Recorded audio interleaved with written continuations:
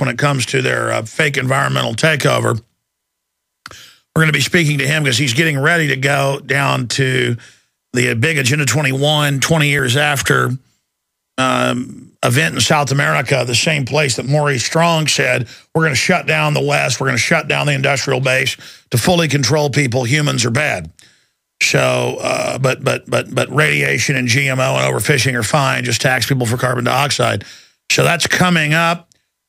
And we're going to open the phones up. In fact, I'll give you the number now because we'll talk about 20 minutes and then we'll take calls for Lord Monckton. If you'd like to speak to him coming up, specifically to our guest, 800-259-9231, 800-259-9231. And again, we don't screen your calls, but then, you know, a couple times a week I say, hey, I have a guest on. It's about this subject. Agenda 21, New World Order, fake environmental movement. That's a pretty big area. And people inevitably call in and bring up something else. That's not happening when we take the calls for our guest, okay? I mean, it's a very wide area, but that's what he's on about, the big conference coming up. 800-259-9231, 800-259-9231. Now, if you go up to Infowars.com, we have got a lot of really important stories up there today. One of the biggest is that Obama plans an attack on the First Amendment if reelected. Also, the Associated Press is reporting what we already told you was already going on behind the scenes. They're just legalizing the illegals. They just give them, even if they're felons, they just give them a green card and then give them welfare, and they're not deporting people hardly at all anymore. And they got Border Patrol all the way up to San Antonio, 200 miles in, pulling citizens over and searching your vehicle for firearms and things. I mean, it is just lawlessness, total criminal lawlessness by the state. By the way, they're talking about Obama's secret weapon of legalizing weed. That is in the Atlantic Wire, kind of the pro-Obama camp. And there's also an Associated Press article. It's actually the Associated Press posted at the Atlantic. And they say, is legalizing weed Obama's secret weapon? He told all of the weed heads, he told them all that 4 years ago, and you say marijuana doesn't stunt your memory or whatever. Okay, then fine. You remember he said he was going to do that last time, and you went and voted for him like suckers. And then he came in and threw the book at legal dispensaries and medical marijuana doctors, and now they've got the feds, AP again reports today, going after the people that rent legal marijuana dispensaries in California and other areas. Their asset forfeiture seizing, just taking their property. And again, I am for decriminalization of drugs because when they're illegal, it just makes the price go up, and that allows the big banks to launder the money, but it doesn't mean I have to be in love with it. I know some people that can smoke marijuana very successfully. I know others that are like zombies. There's a lot of people who don't have any motivation and just want to watch Oprah Winfrey all day and smoke pot. I think marijuana is not halfway as bad as alcohol. And again, I've never been really a fan of the way marijuana makes me feel. I don't want to get off on a big side issue, but you demystify it by decriminalizing it. Now, hemp, and most varieties have no THC in it, so it doesn't get you, quote, high. I call it get you low in most cases, but the point is, it is better for rope, better than cotton, better than polyester. That's why DuPont and others in the 30s, they lobbied to make it illegal and listed as a narcotic, as Tarpley calls it. A friend with weed is a friend indeed. Me gold, when he attacks Ron Paul. It's so hilarious, but people thought I was joking when I said he does that. I got him to do it on the show last week. Or was it Monday? Yeah, it was Monday. All right, we're going to go to break and go to Lord Christopher Monckton on the other side of science and public policy.org. I'm Alex Jones of Prisonplanet.tv and Infowars.com. And don't blink because your life will be over. Time is flying. You've heard Alex explain. It is Friday, ladies and gentlemen, blasting into another hour of attempting to awaken humanity to the neo-feudalistic lords of world government, the environmental fascist. And countering the environmental lords of fascism and tyranny is Lord Christopher Monckton. And he's going to be joining us here in just a moment. He's getting ready to go to the Rio Plus 20. We're talking about several decades after the big meeting that set in stone Agenda 21, Maurice Strong, the world government. what size toilet you can have worldwide, set by the UN, what your carbon footprint can selectively be, what type of light bulbs you can have. And it lists everything that's not dangerous, like carbon dioxide is bad, ignores the overfishing, GMO, all the other serious issues that should be looked at. And I'm not even saying all GMO would be bad, but it's the back doors these eugenicists are putting into them that we've proven.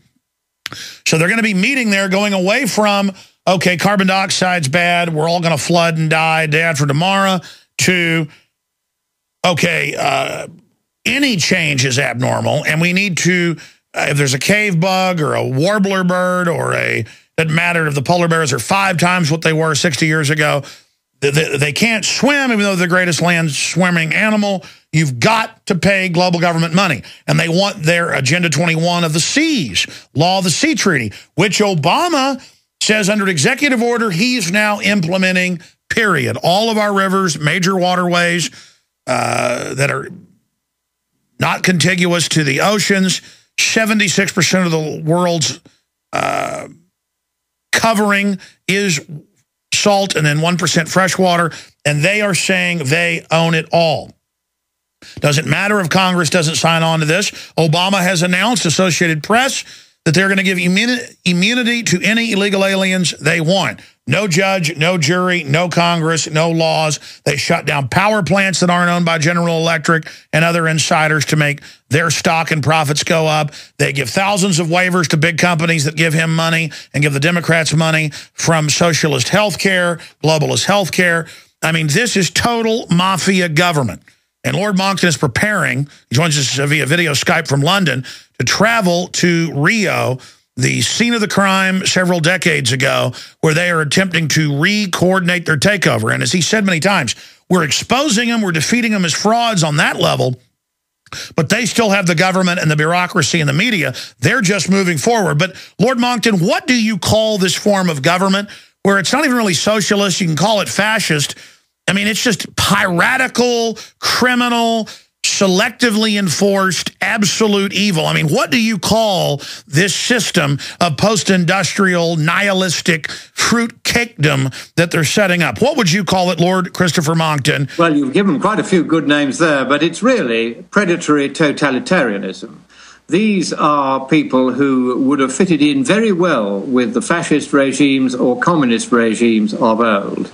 They are the control freaks who want to run, as you rightly said, every detail of our lives down to the last light bulb or bit of toilet paper. And they are all gathering in very large numbers in Rio de Janeiro this week. And they will be talking to one another, and of course to the fawning media of the world who have fallen for this at every stage. But there's one very, very significant change which I can report already that's come out of this conference. And that is that they have now officially abandoned climate change as being the worst problem that faces humanity. They have now reasserted what was always the case before, which is that poverty is the worst problem facing humanity. And this is a very welcome sign that slowly but surely reality is beginning to break back in, even to these pointy heads. Very well said. So what is the state of their operations? I mean, they're going ahead with banning Coca-Colas and popcorn and milk in New York. They're going ahead with green police harassing farmers, saying you can't have dust on your farm. I mean, I know that they're in trouble with the Republican polls, but as you warned years ago, when Copenhagen first broke, they don't care. They're just going forward. Well, they'll count, of course, totalitarianism is very old. It goes back even to early imperial China, 500 years BC. The Chinese were talking of what they called the legalist outlook, and most governments tend to be, to some degree, legalist. In other words, they want to control things, they want to control you. And if they want to control absolutely every aspect of your life, then that's what we now call totalitarianism, and the Chinese would call it, and still do call it, legalism. Whereas you and I, Alex, are Confucians. That's the other side of the Chinese coin, going back to 500 years BC. And Confucianism is the more enlightened, open, democratic, libertarian, free market, come one, come all approach, which says we don't know best. It's the people that know best what's best for the people. It's not for the governing class to say that it knows best and then to impose savage regimes of excessive taxation and regulation to back up whatever the current taboos and shibboleths and fashions are. At the moment, it's the environment, because the left captured the environmental movement some years ago. My good friend, the late Eric Ellington, was one of the founders of Greenpeace. He said he and many other founders had to leave after a year or two because they weren't political. And they didn't therefore know how to stop the entryism by the Marxists, who all piled across the Berlin Wall and straight into our environmental movement and, among other things, took over Greenpeace. So all the Marxists, all the totalitarians, all the fascists will all be in one place. And if someone were to drop a large bomb on it, you'd lose me, but you'd lose most of the pointy heads in the world at the same time. Very large numbers of them have gone there. They're holding a series of events and side events of the most improbable kind, but all of them involve bossing us around, imposing enormous taxes, and above all, this is their real aim, shutting down the West. How do we defeat them? Why is it important? I mean, obviously it's important, but why, for new listeners, why is it important to go to Rio and cover what they're going to be doing? Let's give a couple of examples. Before Copenhagen, the climate conference in Copenhagen in 2009, that's getting on 3 years ago, when they were going to try to impose, again, a world government treaty. They actually wrote a draft world government treaty. The word government appears in that treaty in two places. In that context, for the first time I've ever seen any treaty. Now, I exposed that treaty. I got hold of a copy in advance off an obscure UN website where they had hoped nobody would see it, but they would later be able to say, oh, it's been posted up there all the time, when people got caught by surprise. Anyway, I got it out and publicised it, and within a week, the speech in which I publicised it had gone platinum on YouTube. It's the fastest YouTube platinum for any political speech. Likewise, when I went to the Durban Climate Conference just last December and revealed, among other things, that they were going to give legal rights to sue to Mother Earth, I kid you not, Mother Earth, they were going to reduce carbon dioxide concentration to half of what it is today, which would cause mass extinctions of plants, animals, and probably humans too. And they were also going to set up an international climate court to which people like you and me could be dragged for daring to raise perfectly proper scientific and economic questions about what the hard left have been proposing.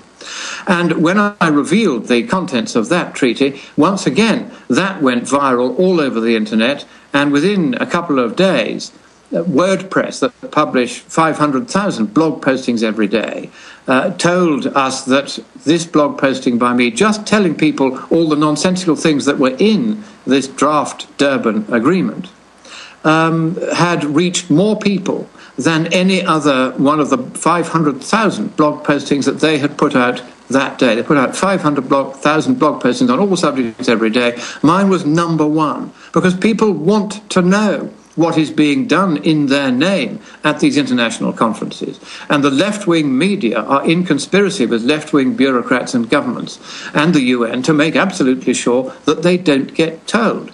Now, if you're new to this and you think, what is he saying about a conspiracy? The fact is that unless I had been there to reveal the contents of that document, the main negotiating document of the Durban Climate Conference, nobody else, and I mean nobody else worldwide, would have bothered to tell their readers or viewers or listeners what was in that document. Is an astounding point, Lord Monckton, and you've done this every year at these big events. You and folks that go with you are able to get information out, and then it goes viral that no one would have reported on because the lapdog media worldwide just goes along with whatever they're told by Ban Ki-moon. That's right. They never ask a proper question. And it's uncanny, this sullen refusal simply to report what is actually happening. One doesn't mind that they all have a Marxist viewpoint. If that's what they want, they can have it.